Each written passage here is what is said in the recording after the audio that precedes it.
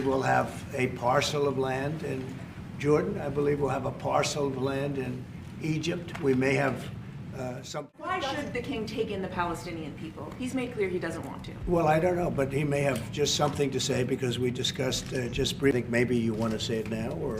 Well, Mr. President, I think we have to keep in mind that there is a plan from Egypt and the Arab countries. We're being invited by Mohammed bin Salman to discussions in Riyadh.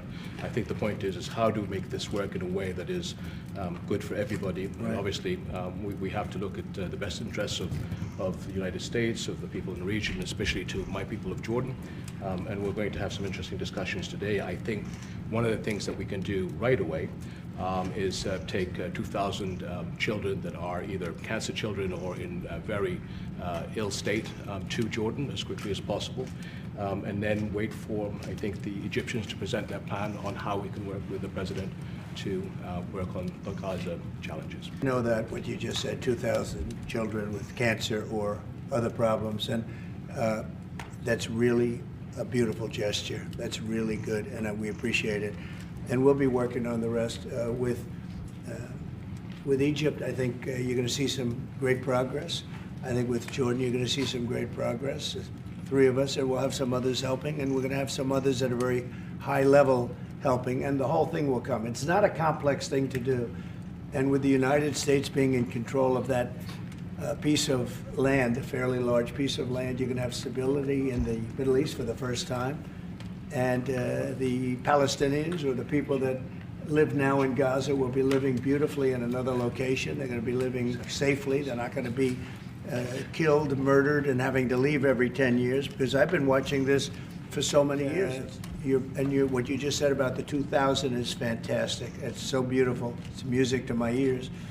But we're going to be able to work something, and I know we'll be able to work something also with I believe, not 100%, but 99%, we're going to work out something with Egypt. But how is the U.S. going to own Gaza? Your White House has made clear taxpayer dollars won't be used for this. So what money are you going to use to buy Gaza? We're not going to buy anything. We're going to have it, and we're going to keep it, and we're going to make sure that there's going to be peace, and there's not going to be any problem, and nobody's going to question it. And we're going to run it very properly, and eventually we'll have economic development at a very large scale, maybe the largest scale on that site. And we'll have lots of good things built there, including hotels and office buildings and housing and other things. All right, go ahead. Mr. President, you were saying that Palestinians will live somewhere else safe. Where exactly do you want them to live?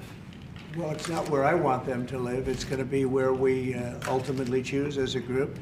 And I believe we'll have a parcel of land in Jordan. I believe we'll have a parcel of land in Egypt. We may have when we finish our talks, we'll have a place where they're going to live very happily and very safely. And, don't forget, they only want to be on the Gaza Strip because they don't know anything else. They've never had an alternative. And they don't want to be on the Gaza Strip, but they have no choice. They have to be. No place in the world is as dangerous as the Gaza Strip. They don't want to be there. They have no alternative. When they have an alternative, not one person will want to stay where they are. Nobody wants to stay there. They're living in hell. It's a death trap. Mr. President, how do you know that the Palestinians don't want to leave their land? Some people say this is ethnic cleansing. You won't be able to force them to leave their land.